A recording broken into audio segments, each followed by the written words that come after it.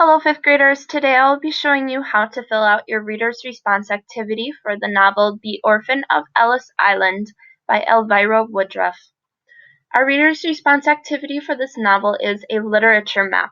And with this literature map, what you are going to do is you are going to fill out a chart, and you are going to fill out the setting, characters and traits, interesting vocabulary, your predictions, questions that you have, interesting language, and reminds me of ... For each chapter, I would like you to fill out at least 4 of the 7 columns. You have to have at least 15 chapters that have all 7 columns filled in, but because there are some shorter chapters, you do not have to fill out every single column for every chapter. You must, however, fill out the setting and predictions columns. If you are not sure on the setting, you can always go back and look in the book, and you can always type in "the setting has not changed." So I'm going to give you an example, and I'm going to fill out chapter 1, which is what we read in class for today. So starting with the setting, I know that in chapter 1, they are on a field trip at Ellis Island.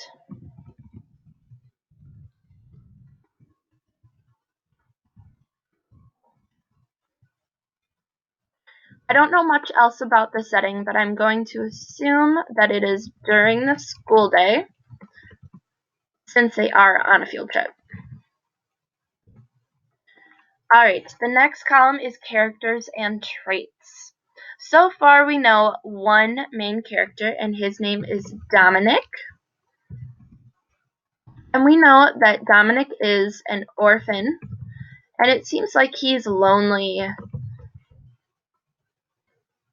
We also know that he needs to find a new foster family,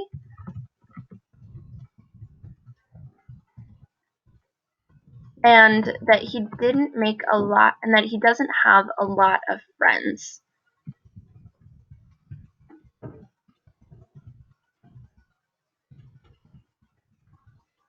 We also know that Dominic wonders a lot about his family,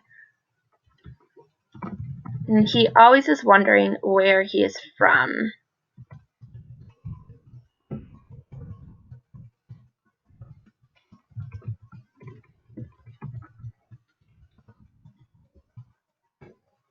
Alright, the next column is interesting vocabulary. We did talk about one vocabulary word that not all of you knew what it was, and that vocabulary word was caseworker. For this column, I don't expect you to fill out necessarily what the vocabulary word means, especially if we did not talk about it in class. But if we did talk about it in class, I would like you to fill in what that vocabulary means. So we talked about how a caseworker is someone who works with foster kids.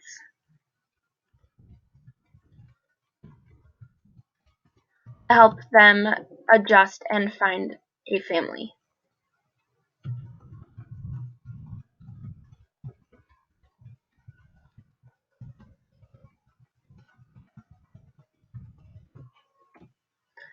Alright, this next column is predictions.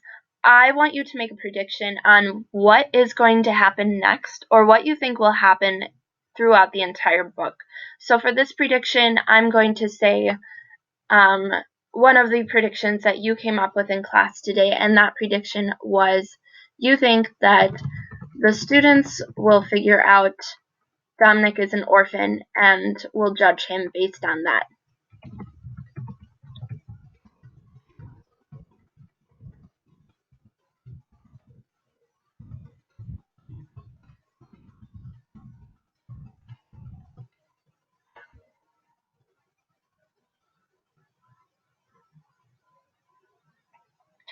Alright, questions that you may have about the chapter.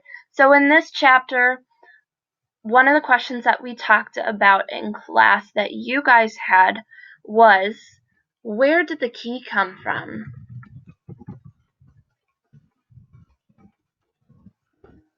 And we have wondered where Dominic's key came from and why he had it. Alright, so the next column is interesting language. Interesting language can be any words that you did not know or any really cool phrases that stuck out to you. In this book, there is a lot of Italian, which could be written in this box. But today, we talked about the phrase, the Island of Tears, to describe Ellis Island. And we thought that that was very interesting how Ellis Island was also called the Island of Tears.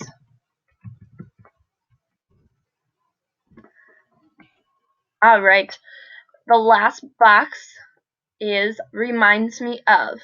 So this box, I want you to fill with any past experiences that you yourself have been through or experiences that you have seen on TV or you know somebody else who has gone through them. So for me, this chapter reminds me of going to a museum on a field trip when I was younger.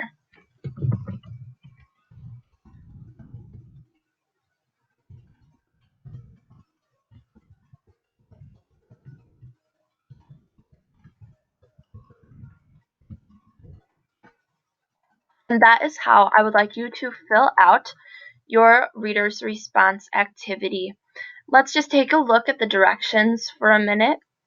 Like I had said before, you have to have at least 4 of the 7 columns filled for every chapter. You also have to have at least 15 chapters that have all 7 columns filled. And with every chapter, you must have the settings and predictions column filled as well. Remember that when you write detailed responses, they should describe the person or situation to a person who has not read the book yet.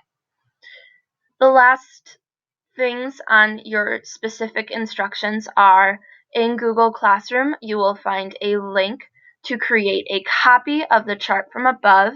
And when you have your copy of the chart, I would like you to rename it as your last name and literature map. Thank you for watching. If you have any questions, please do not hesitate to ask me.